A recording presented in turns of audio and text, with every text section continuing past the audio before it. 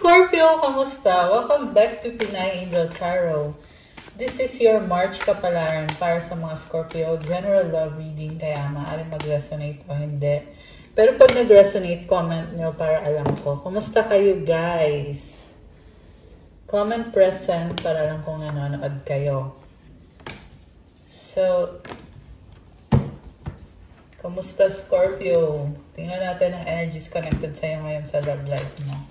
Kuha muna kita ng angel numbers. We have 143, preparation.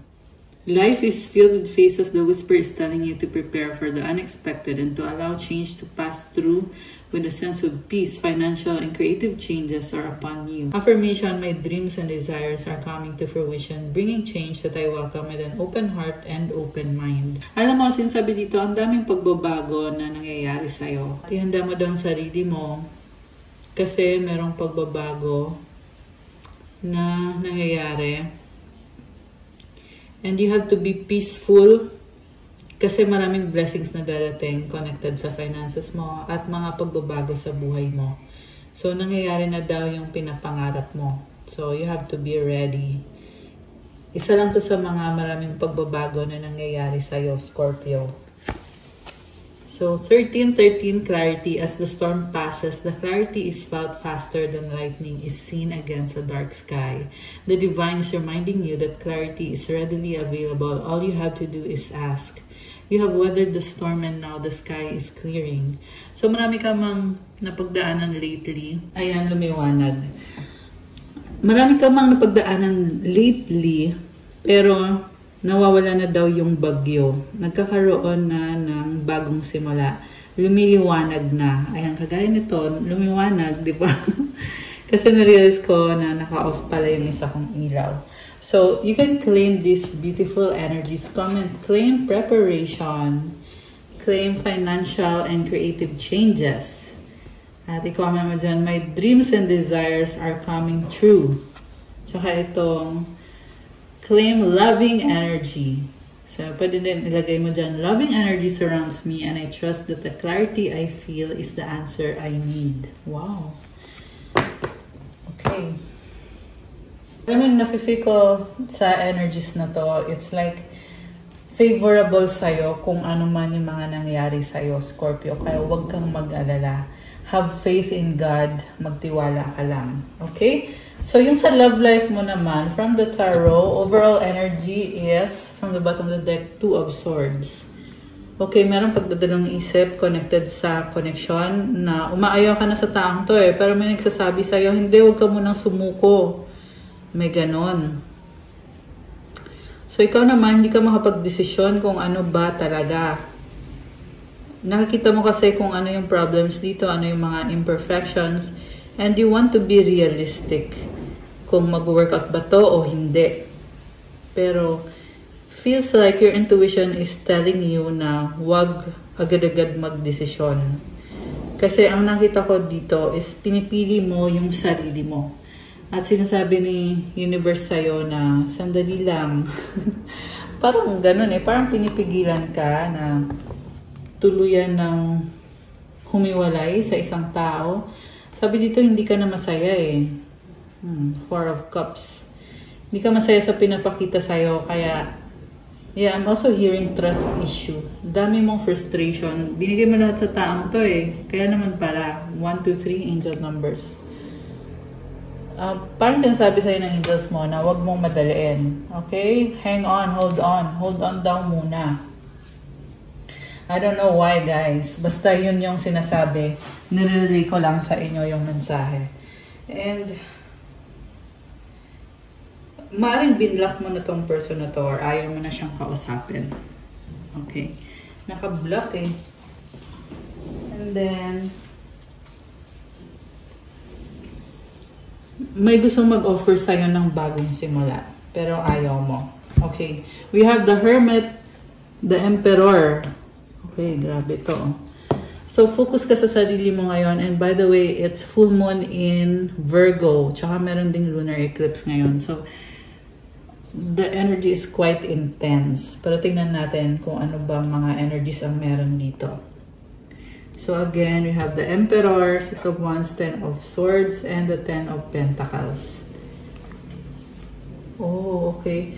Alam mo, gusto mong baguhin yung buhay mo at alam mo sa sarili mo na kaya mo. Meron kang Emperor dito. So, this is the energy of someone who's really taking control of your life. Babae ka man o lalaki. You are the creator of your own life, your own dreams. Yung mga challenges ay talagang kinakaya mo. Although, for some of you guys, may sacrifice na nakikita ko dito for your sanity, for your peace of mind, kailangang mag-isa ka. Okay? So, ibig sabihin you cut off some people or many people na hindi nakakatulong sa'yo ngayon. At parang this is the logical way para maging successful ka. Kailangan mong gawin yon. Yan ang sabi dito, or kinailangan mong gawin. And you are slowly getting there. Alam mo yung success na paparating sa'yo is a big kind of success. And it involves recognition. So, ayan, may mga tao dito na nare-recognize ka ngayon. Parang nakikita sa'yo ngayon kung ano yung strength mo, ano yung kaya mong gawin. And then, you're coming from a cycle na hindi maganda yung nangyari sa'yo. Pero, sabi kasi dito, blessing in disguise eh. Parang sasabi, buti nga nangyari yon kasi dahil sa mga nangyari yon, nagkaroon ng pagbabago sa'yo. At may opportunity ka ngayon to have growth in your life. Sa dulo is 10 of Pentacles, which is a lot of money. This is also legacy, success, grabe, stability. Merong bahay dito. At nakikita ko dito, mukhang busy-busy ka. Yung iba sa inyo, parang feeling mo dito, you have to take responsibility. Parang sinasabi dito, kailangan panindigan mo yung naging decision mo. Okay, you may be juggling also. And ang nakita ko din dito is, parang ini-enjoy mo eh, na ang dami mo kailangan gawin. Oo, nakakapagod, and you may feel exhausted. Pero kasi, nakikita ko din yung success para sa'yo. Okay. Merong hammer also. Meron kang tools na ginagamit. Some of you guys are, connected sa business nito. Yung iba naman connected sa property. Yung inaasikaso mo ngayon. Okay. So, parang, ang na-feel ko sa'yo dito, dead ka muna sa love. Okay. Speaking of love, 2 of Cups andito. Okay, may person na gustong kumonek sa'yo.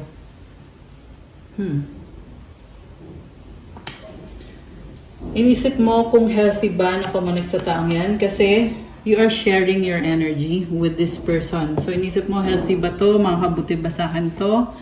Kasi priority mo na ngayon ang sarili mo. Nagiging wise ka na. Okay. So, ano bang intention nito ang taong to? 3 of Wands. Waiting. Hinihintay ka lang niya. Okay. Anong hinihintay ng taong to kay Scorpio? Okay. Alam mo, kukontrolin ka ng taong to. So, siguro, hindi pa tamang panahon. Hindi pa panahon para kumonek sa taong yan. Kasi ang nakita ko, hinihintay ka niya kasi gusto ka niyang kontrolin. This is someone na strong yung niya eh. Strong yung energy niya dito. Pwedeng may mga promises siya sa'yo na ito yung pwede kong ibigay sa'yo, ganito, ganyan. Pero ang totoo is, kung kukontrolin ka. Page of Cups, immature. This is also someone na parang pabago-bago. May problem sa self-esteem. Ang nakita ko dito, this person is relying on you na kung ano yung sasabihin mo, doon siya mag-a-adjust. The reason kung bakit nagre-rely siya sa'yo, kasi wala siyang sarili niyang backbone or wala siyang sarili niyang desisyon. 4 of Cups. Hindi makontento sa'yo. Okay? Yung iba sa inyo guys, mayroong third party itong taong kadil mo. Okay? For some of you, nangyari na to sa past. na kinontrol ka niya. Justice. You are setting boundaries. Sinasabi mo, tama na. Ayaw mo na. At hindi mo na hinintay eh. Inuunahan mo na. Pinangungunahan mo na ayaw mo na. Ganon. Samantala, itong taong to naman ay gustong bumawi. Knight of Wands. Okay. Okay, the Devil. Codependent sa'yo, obsessed sa'yo. 8 of Swords. Nakastuck the Tower. Oh my gosh. Alam mo, merong person dito, nakastuck siya sa isang sitwasyon at parang tinatawag na siya ni Universe na isurrender mo na yung sitwasyon na yan. Wake up call yung nakikita ko dito eh. So, whether or not papakinggan niya si Universe, decision niya yun. Okay? Sa totoo lang, sa nakita ko, talagang gusto niyang bumalik sa buhay mo, magkaayos kayo. Yes, this is already an existing connection. Kilala mo na tong taong to kasi gusto niyang ibalik yung balance sa connection ninyo. May situation na nakastuck siya, pero magiging unstuck siya. Ito, magiging unstuck siya dahil yun yung paraan para bumalik siya sa buhay mo. Naging immature siya dati, alam niya yun. Okay? Posible dati hindi niya alam, hindi niya na-realize yung ginagawa niya. Ngayon, meron ng awareness. Kasi si Universe na mismo nagsasabi sa kanya, hindi ka titigil, pues. May nangyari dito sa taong to eh. I'm hearing na minala siya dahil sa pananakit niya sa'yo, pangluloko niya sa'yo. Ayan, with this Justice card, this is karmic justice. Kung may nangyari mang hindi maganda sa kanya, si Universe ang may gawa nun. Consequence nun ng mga nagawa niya or yung mga ginawa niya sa'yo. So, si Universe ang nagsasabi sa kanya kung paano dapat ika-deal si Scorpio or paano dapat tratuhin si Scorpio. Okay. Kasi si Scorpio, minahal mo lang naman yung taong yan. Pero, hindi maganda yung ginawa niya sa'yo. Ayoko nang i-detalye, pero, yeah, to make it short, niloko ka ng maraming beses ng taong yan. Manloloko energy. Ayan oh, third party situation, 3 of Pentacles. Niloko ka na. To make it short, di ba? And I'm hearing na napakataas ng pride. Alam mo yung kind of person na nahuli ka na nga, ayaw mo pang umamin or harap-harapan na nga. Tapos, ikaw pa yung matapang. Parang ganun yung naririnig ko dito. Ayan oh, 5 of Swords, di ba? Parang ang kapal ng mukha. Grabe. Nakakagigil din eh. Ganun yung naramdaman mo sa taong to. Kasi ganun talaga yung ginawa sa'yo. Talagang nanggigil ka dito. Ayan. So, for some reason, ang nakita ko dito sa taong to is nahihirapan siya. Alam mo, andun yung pagsisisi, yung realization na naging selfish siya at hiyang-hiya siya. Kita mo, tinatakpan yung mukha niya. Hiyang-hiya siya sa mga ginawa niya, sa mga kalokohan niya. 7 of Pentacles. Hinihintay ka niya. Okay, ikaw pa talaga hinihintay niya. Parang wala nang guts na maglakas loob. Kasi nga, ayan, nahiya na sa mga kalokohan. Ibig sabihin, nakaramdam ng pagmamahal to kasi hindi naman siya mahihiya ng ganyan kung wala siyang nararamdaman or kung wala siyang pakialam. Page of Swords. Ito, nahihiya pa rin at parang inisip na lang niya na kung tatanggapin mo naman siya, kaya naman niyang ipaglaban yung connection nyo or at least ang gusto niyo mangyari is bumalik yung kung anong pagmamahala na meron kayo dati. Kasi, ramdam niya na wala ng pag-asa to. Ganun yung iniisip nitong taong to na, ay naku, wala na itong pag-asa. Wala na akong pag-asa kay Scorpio. Ganon. So, ibig sabihin, kilala ka din ng taong to. Alam niya din na hindi mo siya tatanggapin ng ganon-ganon lang.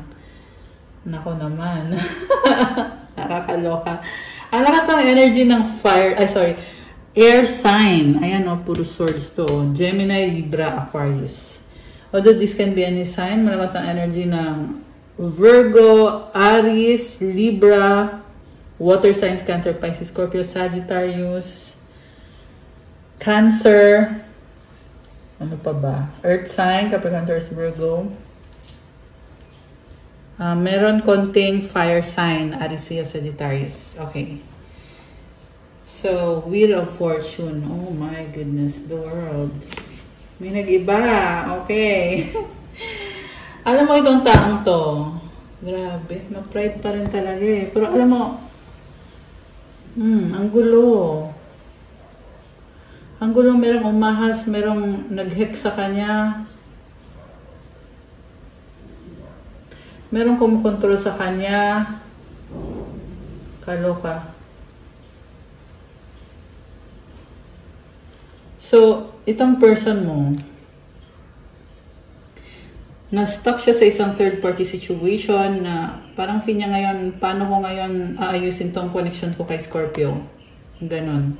So, possible na-stuck siya doon at parang lumala. Ay, miring na lumala yung sitwasyon. So, naging pabaya to eh. Kaya, hinayaan niyang lumala yung sitwasyon. And then, at the same time, nakikita ko yung kagustuhan niya to take control of the situation in a way na parang they would take a lead. Gagawa siya ng paraan na siya mismo yung gagawa ng paraan para kumonek sa'yo. Kasi nga, sobra siyang emotional at nanghihinayang. Nakakaloka. Alam mo yung, andun yung opportunity, pero sobrang takot niya. Natatakot siya eh na mapapahiya siya sa'yo. Which is yun na nga talaga din. Mukhang yun na nga yung energy talaga. Na mapapahiya siya. After ba naman ikaw lokohin itong taong to? Siyempre, malamang. Papahiya siya kung bigla lang tong babalik sa'yo. Okay, at least yan yung sabi dito. Pero tingnan natin guys. Merong 7 of Cups and the 7 of Wands and the 3 of Cups. Oh my gosh. Options, options, options. Merong mga anak. Okay. Alam mo, isang dahilan din kung bakit na-stuck itong person na to is dahil may isang situation dito na naka-stuck siya eh. So, may other people involved. Ayan, merong family ng another person na mukhang meron siyang anak dito. So, ang nakita ko is yung pamilya nung other person na yon is parang hindi niya mahindian. Ayun, hindi siya makaalis dun eh. Na kinailangan niyang makisama, kinailangan niyang ipilit yung sarili niya, pero nasasakal na siya sobra. Sobra yung stress niya dun. Sobra, bongga yung stress niya dun. Okay? So, napunta siya sa isang bad situation, ibig sabihin. At, may nakita din ako dito na talagang sinabotahe yung connection nyo to the point na humiwalay sa'yo yung taong yan kasi pinaikot-ikot siya or ginulo talaga yung pag-iisip niya to the point na siya mismo na niwala siya na masamang tao ka or galit siya sa'yo. Binaliktad eh. Parang itong other person yung mabuti at ikaw yung masama. Ganon yung tingin niya. Okay? So, 9 of Pentacles. Parang nagbuhay single siya nung iniwanan ka niya. Okay? Parang hindi man lang niya inisip. Hindi ka man lang kinonsider. Ibig sabihin, Ace of Pentacles. Okay, ngayon, alam mo, merong change na nakikita ko ngayon. This is someone who wants to offer you a new beginning, willing to make an effort. Kahit mabagal. Ace of Cups. Overflowing with emotions, new beginning. Oh my gosh. So, definitely, this is someone na natatauhan. Queen of Cups sa bottom of the deck. Alam mo, parang sinampal tong taong to. Na-realize niya na pinakawalan ko si Queen of Cups. Parang, inisip niya, ang bobo-bobo ko naman. Ganon yung pakiramdam niya ngayon. Nabubuhan siya sa sarili niya kung ba't pinakawalan niya yung person na pinangarap niya. Once in their life, hiniling ka niya. Nung napunta ka sa kanya, hindi ka niya binigyang halaga. Ngayong nawala ka sa kanya, saka siya nagkakandara pa naman ngayon kung anong gagawin niya. Will this pain ever stop? Okay, bakit siya nasasaktan? Teka, tingnan muna natin. Ano pang ibang cards? Emotions overwhelm me. I wish I could be fully honest with you. So, hindi niya sabi sa'yo yung sitwasyon niya. Okay, bakit nasasaktan itong taong to? Sabi, will this pain ever stop? Okay, hindi niya kayang mawala ka. Nung iniwanan mo tong taong to, natauhan siya na kailangan ka niya, hindi siya makapag-function, kasi nga binaliwala ka niya eh. Also, merong gumagawa ng hex or bad energy sa kanya. Kaya sinasabi, would this pain ever stop? Kasi hindi niya maunawaan bakit sobrang stress niya dun sa other person na yon. And the reason kung bakit sobrang stress niya dun is dahil pangit nga kasi yung energy ng taong yun. Tsaka hinihex siya. Ginagawan siya ng spell work. Nakakaloka. Ace of Swords sa bottom of the deck. So, gusto niyang ayusin yung sarili niya. Pero very dramatic, oh. Five of Wands sa bottom of the deck. Ayan, merong pag-aaway. Kaloka. So, oh my gosh. Alam mo, takot siya na huli na ang lahat, may bago ka na. Siya na ngayon yung third party. Knight of Cups. Niisip niya na kailangan ka niya. Gusto niya ng someone na kagaya mo. Pero feel niya dito, huli na. Huli na ang lahat. Ayan. So, ibig sabihin, nagkaroon ka na ng bagong relationship. Kaya niya na-feel to na wala na. Sinayang niya eh. So, wala na ngayon. Nag-iba ka na ng landas. The Hierophant. Okay, sinasabi niya dito, blessing ka sa kanya. At may sasabihin siya connected sa family. At yun yung magiging susi or magiging paraan para bumalik siya sa buhay niya. I mean, bumalik siya sa buhay mo. Oh my gosh. So, ibig sabihin talagang gusto niya mangyari itong new beginning with you. Full of hope yung person mo. Talagang really hoping, really wishing. Grabe. Queen of Wands. Okay, this is someone na kailangan kanya, ikaw yung nagpapasaya-saya sa kanya. At gusto din yung magbigay saya sa'yo na parang bumawi sa'yo at iparamdam na deserve mo ng pagmamahal, ng commitment, ng happiness, ng love. Nakakaloka tong taong to. So, I'm hearing na babalik siya and this time, they will really show you. You will really show you yung pagmamahal. Sacrifice, love may come in sacrifices. Evaluate what you're willing to give up. Alam mo, nakita ko dito, parang ang bilis maloko nitong taong to. Na, kaya siya nakokontrol ng ibang tao. Okay? Relax. Enjoy the simple pleasures of just being together. So, ito na nga. Narealize niya na sinacrifice niya yung isang magandang buhay, masayang buhay, simple, pero punong-puno ng pagmamahal. Nakakaloka. Celebrate today. Celebrate the love you share with those who matter most. Ito, ngayon lang siya natatauhan na napakaswerte ko naman. Parang ngayon lang siya nagsiselebrate na, wow! Parte ako ng buhay mo. Nakilala kita, pumasok ka sa buhay mo. Dapat pala, dati pa lang nag-celebrate ako. Dapat, dati pa lang na-appreciate kita.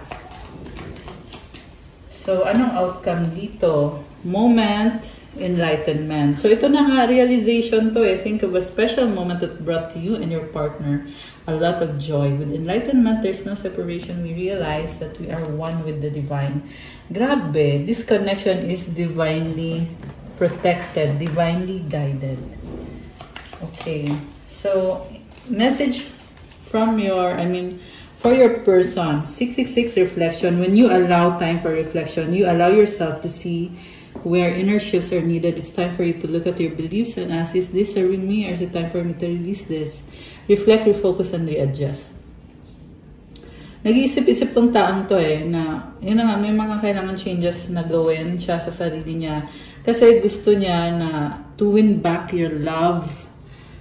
Affirmation, as I refocus on what serves my highest good, I feel myself shift into my highest self. Nagkakaroon siya ng spiritual growth. Okay, para sa'yo, message para sa mga Scorpio. Guidance, 30. You have full support of the divine. The guidance you're seeking is here and your life is moving in the right direction. Oh my gosh. This is the start of a new beginning. Where one cycle ends, a new begins. Comment, claim, new beginning. Comment, where one cycle ends, a new begins. Wow guys, I love this. Nasa tamang direction ka. Comment, my life is moving in the right direction. Affirmation, I trust in the magic of new beginnings. I feel the support and guidance that is all around me. O, diba may magical new beginning? Sabi dito, trust So, Scorpio, you are taking a risk right now. Kasi alam mo sa sarili mo na napakadaming blessings na ibibigay ni God para sa'yo. I love it. I love this. Ayan. Claim na yarn. Nakakatuwa. Ayan. I love that. Okay. Scorpio din ako, guys. Kaya natuwa ako sa magandang mensahe na yan. Okay. Anong energies ang connected sa'yo ngayon? Life purpose. Oh! Money, money, money! Come and claim money, money, money. Scorpio! I-claim nyo na yarn. Crown chakra. So, you have a lot of mental clarity. Archangel Michael. You have Archangel Michael protecting you. Salve Regina. Okay, this is the Mama Mary. Ayan. Grabe. So nice. Angelic presence. Wow. Grabe, Scorpio. So, i-claim nyo na itong good energies na to. Comment, the universe has my back. Ayan. Okay, guys. That's all for your March kapalaran, mga Scorpio. Thank you for watching. Please like the video, comment nyo kung nag-resonate ba, kung nagustuhan nyo ba. Subscribe and hit the notification bell. Kung kailangan nyo ng gabay, kung nag-resonate kayo at kailangan nyo ng more information, pwede kayong magpa-book ng private reading. Message lang kayo sa Viber or sa WhatsApp para mas mabilis. Nasa description box yung contact details. And check out my Instagram if you want to start your crystals journey. May mga bracelets, crystal bracelets, tutulong sa'yo to attract your manifestation. Alagang-alaga ko to at mayroong special prayers and mantras. So, iba-iba din yung benefits. Thank you, Scorpio. Have a good day. God bless you. Stay safe. See you again soon. Love you guys. Bye!